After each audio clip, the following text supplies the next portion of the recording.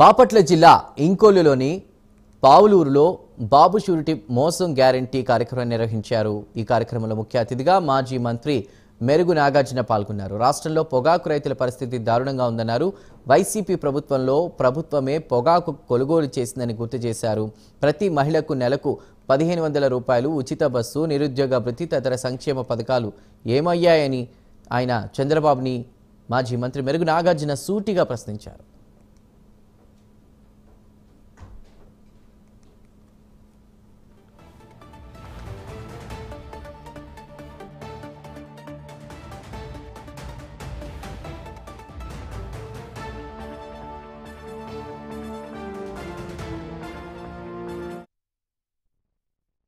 ఈ సంవత్సరాల్లో మనం ఏ కార్యక్రమాలు తీసుకొచ్చాం, వాళ్ళు ఏ విధంగా ఎన్నికల్లో వాగ్దానాలు ఇచ్చి వాళ్ళు గెలిచారు, ఆ తర్వాత వాళ్ళు ఏం చేశారనేది కూడా మనకి తెలుసు, ప్రజలందరికీ కూడా తెలుసు। కాకపోతే ప్రజలు మోసానికి గురయ్యాం, మోసపోయామని అనుకుంటున్నా కూడా వాళ్ళు మేనిఫెస్టోలో ఇచ్చింది ఏంటి, అది వాళ్ళు ఎందుకు అమలు చేయలేకపోయారు।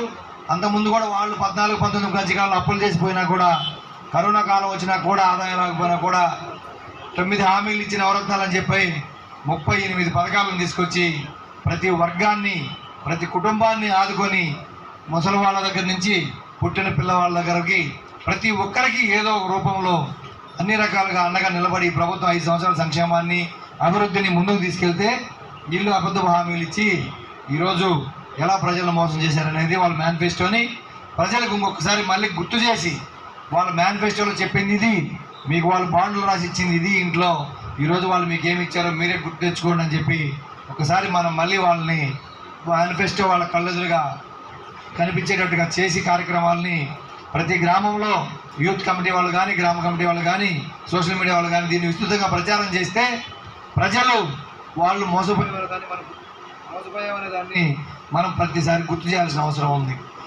జగన్మోహన్ రెడ్డి గారు చాలా గొప్ప ఆలోచనలతో, ఆశయాలతో ఈ రాష్ట్రంలో కులము, మతము, ప్రాంతము, పార్టీ చూడకుండా సంక్షేమం, అభివృద్ధి అనేది కళ్ళకు అద్దం పెట్టే విధంగా పరిపాలన చేయటం వల్లే ఈరోజు ఈ రాష్ట్రంలో ఎవరైనా వైఎస్ఆర్ కాంగ్రెస్ పార్టీ కార్యకర్త గుండె మీద చేసుకొని ఇదిగో ఈ సంక్షేమ పథకం మేము చేశాం, ఇదిగో మీ ఇంటికి అవకాశాలు వచ్చినాయి, ఇదిగో మా జగనన్న చెప్పిన మాట చేశాడు, జగనన్న పేదవారి గుండె చప్పుడు, అంబేద్కర్ గారు కోరుకున్నటువంటి ఈ సమాజంలో అప్రూవ్మెంట్ అనేది జగన్మోహన్ రెడ్డి గారి పరిపాలన ద్వారా చేసి చూపించామని చెప్పినటువంటి చరిత్ర ఈ రాష్ట్రంలో ఉంది।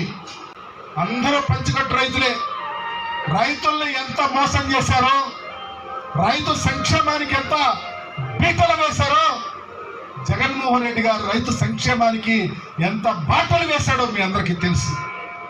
చరిత్రలో వ్యవసాయం చేసుకునే రైతు సుభిక్షంగా ఉండాలని, వ్యవసాయం చేసే రైతు కూలి కౌలు రైతు బాగుండాలని కోరుకున్నటువంటి ముఖ్యమంత్రి జగన్మోహన్ రెడ్డి గారు మీ ఊళ్ళలో తీసుకొచ్చి రైతు భరోసా కేంద్రాలు పెట్టాడు। ఈరోజు ఎలా ఉంది, చంద్రబాబు ప్రభుత్వంలో రైతు వరేసుకున్న రైతు ఊరేసుకునే స్థితికి వెళ్ళిపోయాడు, పొగాకేసుకున్న రైతు ఆత్మహత్యలు జరుగుతాయి।